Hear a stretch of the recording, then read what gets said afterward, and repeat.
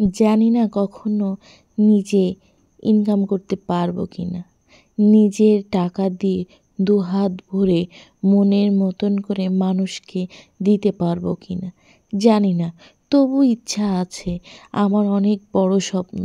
আমি যদি কখনো আমার জীবনে সফলতা অর্জন করতে পারি, মাসিক একটা ইনকাম করতে পারি, অবশ্যই আমার এলাকার কিছু গরিব দরিদ্র মানুষকে অন্তত কিছু রমজান মাসে কিছু ইফতারি, কিছু মাছ এবং কিছু মাংস, বিশেষ করে গরুর মাংস।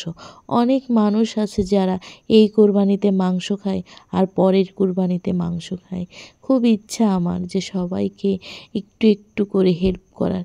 জানি না আল্লাহ তাআলা কখনো আমার সেই স্বপ্ন পূরণ করবে কি না। তবে আল্লাহর কাছে সবসময় মন প্রাণ দিয়ে চাই, আল্লাহ যেন আমার এই শখটা, আমার এই ইচ্ছাটা অবশ্যই পূরণ করে। আল্লাহর কাছে নাকি মন থেকে চাইলে অবশ্যই আল্লাহ তাআলা নাকি তার বান্দার শখ বা ইচ্ছা পূরণ করে। অবশ্য আমি আমার মহান আল্লাহ তাআলার কাছে এই পর্যন্ত মন থেকে যা দোয়া করছি, মোটামুটি টুকটাক অনেকটাই পেয়েছি। এখন বাকিটা এবার হলো বড় স্বপ্ন। জানি না আমার আল্লাহ এই বড় স্বপ্ন কোনদিন পূর্ণ করবে কি না। আমার আরও একটা শখ আছে, আমার মা।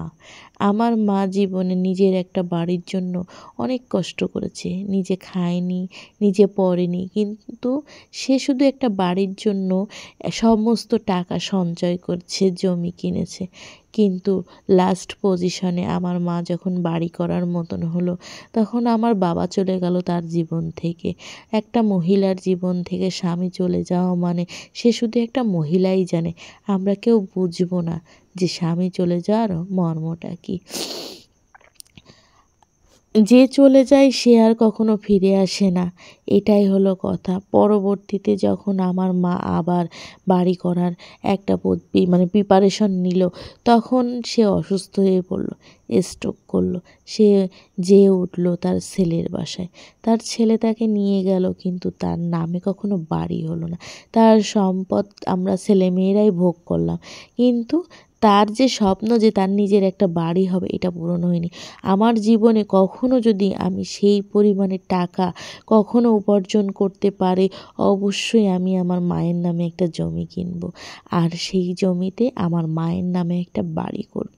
আর সেই বাড়িটা হবে শুধুমাত্র আমার মায়ের, আর কারো না। এই স্বপ্নটা আমি আমার মায়ের পূরণ করব।